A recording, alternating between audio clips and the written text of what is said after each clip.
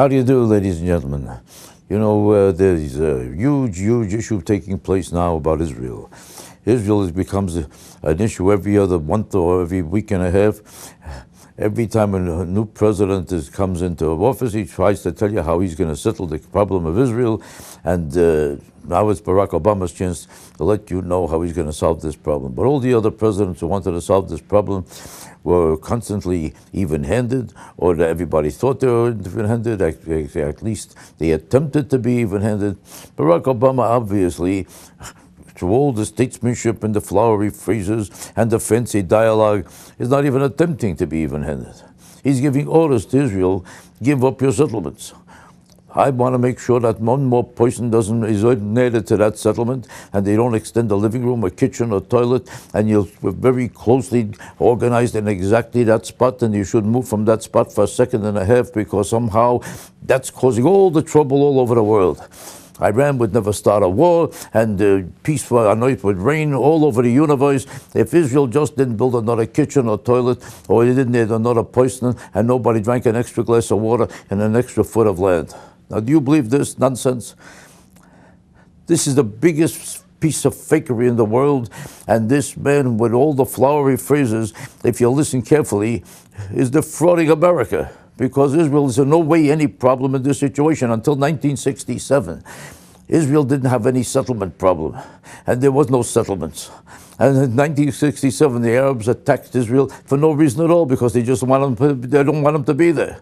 The Hamas made up their mind, which is that main violent Arab organization, to destroy Israel. And they're the great power of the Palestinians. It's the Hamas. And the Hamas will not make peace with Israel no matter what. Every time we made concessions, and we offered them many times 95% of what they wanted, of what they demanded.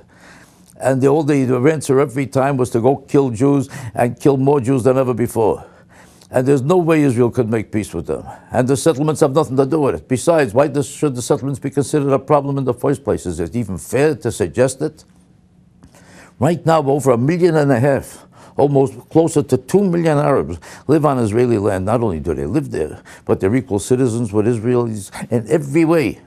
Healthcare benefits, unemployment benefits. They have the same opportunities that Israelis have to get ahead in life, and they get the same equal democratic principles and problems, and they live the same democratic life that every Israeli does, on equal terms in every way.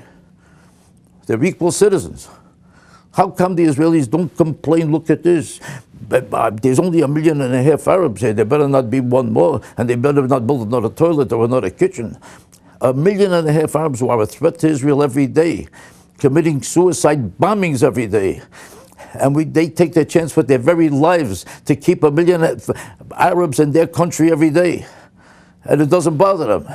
But 3 extra Jews, who are mostly religious Jews, walking around with a shawl and a prayer book, they are the greatest menace to society when there's only a couple of hundred of them, or maybe a couple of thousand. How did they become such a menace to the Arabs when 1.5 million Arabs who are threatening to kill Jews every day are not considered a threat?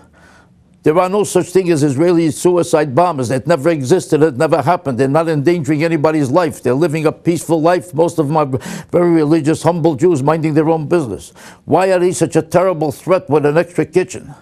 This is the biggest fraud in the world. We are endangering our lives every day, and we keep them there as equal citizens. But let one Jew build a toilet, and it's called an extension of a settlement, and they're the biggest threat in the world to the Arabs. Suicide bombers is not a threat, but an extra toilet is.